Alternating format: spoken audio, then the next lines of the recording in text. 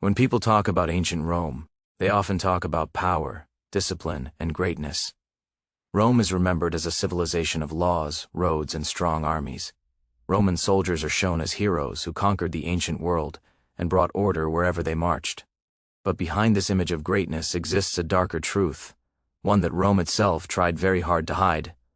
This is the story of captured queens, women who once ruled lands and commanded respect, but whose lives were destroyed after Roman victory. Their suffering was not an accident. It was part of Rome's system of conquest. For many of these women, what they endured was worse than death. Rome did not believe in simple victory. For Roman generals, winning a war meant more than defeating an enemy army. It meant destroying hope itself. Cities could be rebuilt, armies could be replaced, but symbols of resistance had to be erased forever. Queens were such symbols. They were not just royal women. They were living reminders of independence, culture, and identity. As long as a queen lived with dignity, Rome believed her people could rise again. This fear shaped how Roman soldiers treated captured queens. Unlike ordinary prisoners, queens were not simply jailed or executed. Their suffering was calculated. Rome understood that breaking a queen publicly would break her people silently. Fear would travel farther than any army. When a queen was captured, everything changed in an instant. Her crown meant nothing. Her bloodline offered no protection. Roman law considered her property of the state, and often of the soldiers themselves. The higher her former status, the greater the effort to humiliate her. Roman thinking was simple: pride must be crushed completely. Captured queens were often taken alive on purpose. Execution would end resistance quickly, but humiliation would destroy it forever. Rome wanted defeated nations to see their rulers powerless, reduced, and controlled. This message spread faster than violence. Roman soldiers were given enormous authority over captives. Ancient laws favored victors, not victims. Female prisoners, especially foreign ones, had no voice. There were no courts to appeal to, no officials willing to listen. Silence protected the powerful. Soldiers understood that whatever they did would rarely be questioned. The journey from battlefield to Rome was often long and intentional. Captured queens were marched through towns and villages, watched by strangers, guarded by soldiers who treated them as trophies. Every step away from home was a reminder that their old life was gone forever. Exhaustion, isolation, and fear did their work long before Rome was reached. Rome believed psychological destruction was more effective than physical force. Queens were separated from their people, denied privacy, and constantly reminded of defeat. Their names were mocked, their past lives were erased. They were spoken to not as humans, but as conquered objects. By the time they arrived in Roman territory, many had already been broken inside. Humiliation was not accidental, it was strategy. Roman power depended on fear, and fear depended on examples. Queens were displayed publicly, denied dignity, and forced into silence. Even their suffering was controlled. To show emotion was seen as weakness. To resist was dangerous. The Roman triumph parade was the most visible part of this cruelty.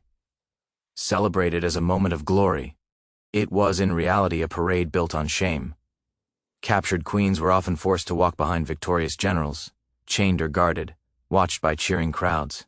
To Rome, this was proof of dominance. To the queen, it was the destruction of identity in front of the world. Many Romans believed this public humiliation was worse than execution. Death ended suffering. Survival meant endless shame. Some queens disappeared from records after the parade, their fates never clearly explained. Silence replaced truth. Roman historians wrote carefully. They avoided details. They used soft words to hide harsh realities. Phrases like "she was taken into custody" or "she lived under Roman authority" appear often, but they explain nothing. These writers protected Rome's image. They did not protect the victims. After the triumph, many queens lived in quiet captivity. Some were imprisoned. Others were placed under guard in Roman households. A few were kept alive as political hostages. Their existence alone served Rome's interests. A living queen reminded defeated nations that Rome controlled their future. Separation was one of Rome's cruelest tools. Queens were often taken far from their children and families. Isolation weakened resistance. A queen without family, language, or culture was easier to control. Roman sources rarely mention these separations. But their absence speaks volumes. Roman religion also played a role. Victory was seen as proof of divine favor. If a queen suffered, Romans believed her gods had abandoned her. This belief removed guilt. Cruelty became justified as destiny. Many queens simply vanished from history. No graves, no final words, no recorded deaths. Rome did not want future generations asking questions. Erasing memory was easier than defending cruelty. Some foreign sources and later historians hint at what Roman writers avoided. They speak of long captivity, forced silence, and erased identities. These accounts confirm what Rome tried to hide. Gender made everything worse. Roman society was deeply male-dominated. Even Roman women had limited rights. Foreign queens had none. Captured queens suffered not only as enemies, but as women in a system built to control them. Rome believed terror was cheaper than war. After witnessing what happened to their queens, many peoples never rebelled again. Fear worked. Rome understood this well. Captured kings were often executed quickly. Queens were kept alive longer. A dead king ended resistance. A living queen destroyed hope. This difference reveals Rome's true strategy. Not every Roman soldier felt pride. Some ancient texts hinted guilt and silence, but the system rewarded cruelty, not compassion. Power without limits changes people. Rome turned ordinary men into tools of fear. In the end, Rome fell, but the damage it caused remains part of history. Modern historians now read between the lines. The truth that was once hidden is slowly being uncovered. These stories matter because they show how power abuses silence, how victims are erased, how history can lie. Remembering these queens restores balance to the past. Rome built monuments to victory, but not to suffering. Yet behind every statue stood broken lives. Captured queens were not monsters. They were human beings used as symbols of fear. Rome tried to bury these stories because they exposed the truth, that, behind the marble and gold was cruelty, and behind glory was pain. For many captured queens, what Roman soldiers did to them truly was worse than death. Rome believed that power was not only something to be used in battle, but something to be displayed long after the fighting ended. For captured queens, the war did not stop when their cities fell. In many ways, the war had only changed its form. The battlefield became daily life, and survival itself became a struggle controlled by Roman hands. Once removed from public view, many queens entered a slow and quiet form of destruction. Rome did not always need chains or violence. Control came through routine, restriction, and constant reminder of defeat.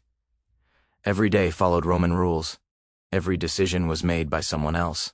The queen's past life slowly faded until it felt unreal, like a story belonging to another person. Language was one of the first things taken away. Many queens were forbidden from speaking their native tongue. Latin became the language of command, judgment, and survival. When a person loses language, they lose part of their identity. Rome understood this well. Silence was safer than resistance. Names were also stripped away. Some queens were referred to only by titles like the captive or the foreign woman. Others were given Roman names, symbols of ownership rather than belonging. This was not respect, it was replacement. Rome was rewriting who these women were allowed to be. Time itself became a weapon. Days blended into months, months into years. Without events, without news from home, hope weakened. Rome did not need to torture bodies when it could slowly erase minds.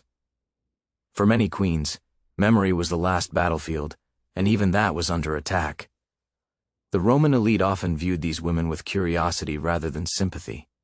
A captured queen was something rare, something exotic. She represented lands Rome had conquered, and cultures Rome believed inferior. This attitude allowed cruelty to hide behind fascination. Dehumanization made everything easier. Some queens were used as lessons for Roman women as well. They were shown as examples of what happened to those who stood against Roman power or stepped outside approved roles. In this way, fear spread not only across provinces but inside Rome itself. The absence of justice was complete. There were no trials for what happened after capture, no records of complaints, no official acknowledgement of suffering. Roman law protected citizens, not enemies. Once labeled an enemy, a queen existed outside moral concern. Many historians later struggled with this silence. When reading Roman records, the gaps are obvious. Victories are described in detail, but captives disappear from the story. This disappearance is not accidental. It reflects Rome's priorities. Glory was worth recording, suffering was not. Foreign writers sometimes offered a different perspective. In fragmented accounts, legends, and oral traditions, we find echoes of these queens' experiences. These stories are not always precise, but they are emotional. They remember loss, shame, and silence. They remember what Rome forgot on purpose. The fear Rome created worked exactly as intended. Provinces that had once resisted learned quickly. Parents told children stories of fallen queens as warnings. Leaders chose submission over destruction. Rome's reputation grew not only from strength, but from terror. Yet even within this darkness, traces of resistance remained. Some queens refused to show fear. Some maintained dignity in silence. Some held on to memory as an act of rebellion. Rome could control bodies, but it could not always fully control the human spirit. These quiet acts of resistance are rarely recorded, but they mattered. They remind us that even under total control, humanity survives in small ways. A look, a refusal to beg, a memory kept alive. As centuries passed, Rome's empire weakened. The system that allowed such cruelty began to collapse under its own weight. But the stories of captured queens did not return immediately. Silence lasted longer than the empire itself. Later generations inherited Rome's monuments, laws, and language, but not its victims' voices. History books praised conquest without asking who paid the price. This imbalance shaped how the ancient world was remembered. Modern historians now approach these stories differently. They read what is written but also what is missing. Absence becomes evidence. Silence becomes a clue. Through careful study, the outlines of these forgotten lives slowly reappear. This process is uncomfortable. It challenges the idea of Rome as purely civilized. It forces us to admit that greatness and cruelty often walk together. Empires are not built only with roads and laws, but with suffering hidden from view. Captured queens remind us that power is not neutral. It shapes behavior. It rewards silence. It punishes resistance. When unchecked, it destroys those least able to defend themselves. These stories also force us to question how history is written today. Whose voices are recorded? Whose pain is ignored? The pattern is not limited to ancient Rome. It repeats across time. Remembering these queens is not about blaming the past. It is about understanding it fully. History without victims is incomplete. Glory without cost is a lie. When we speak about Roman soldiers, we must see them as products of a system that encouraged cruelty. Many were ordinary men placed in positions of total power. The empire taught them that domination was duty and mercy was weakness. This does not excuse what was done, but it explains how it became possible. Systems matter. When cruelty is normalized, individuals follow. The fate of captured queens shows how deeply Rome believed in control, not only over land but over bodies, identities, and memory itself. Rome wanted to rule the past as much as the present. That control ultimately failed. Empires fall. Stories return. Today, by telling these stories, we restore balance. We acknowledge that behind every victory stood loss. Behind every triumph stood suffering. Behind Rome's greatness stood people whose names were erased. Captured queens deserve to be remembered not only as victims, but as symbols of truth. Their experiences expose the cost of empire. They remind us that history must be questioned, not admired blindly. Rome tried to turn these women into warnings. Instead, they have become lessons. Lessons about power, lessons about silence, lessons about humanity, and perhaps the most important lesson of all is this: when history hides suffering, it is our responsibility to look closer, because the past still speaks, even when it was forced into silence.